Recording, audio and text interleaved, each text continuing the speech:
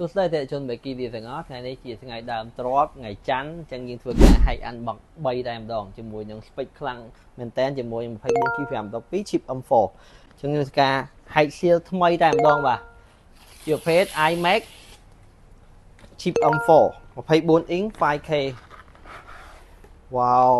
ប្រភេទនេះគឺពណ៌ស្អាតមែនតើបាទបាទជាងធ្វើការ hack ជាមួយនឹងពណ៌ silver ថែមមួយទៀតចឹងគាត់យក silver 2 blue 1បាទ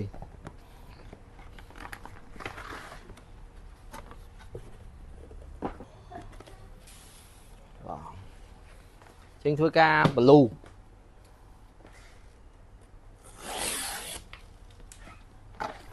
ចឹងបងប្អូនតែមានតម្រូវការចង់បានប្រភេទ iMac អាចតាក់ទងមកក្នុង page Becky ដែលយើងបានមានតម្លៃពិសេសជូននិងមានការធានារយៈពេល1ឆ្នាំពេញបាទពណ៌ខៀវស្អាតខ្លាំងមែនតើ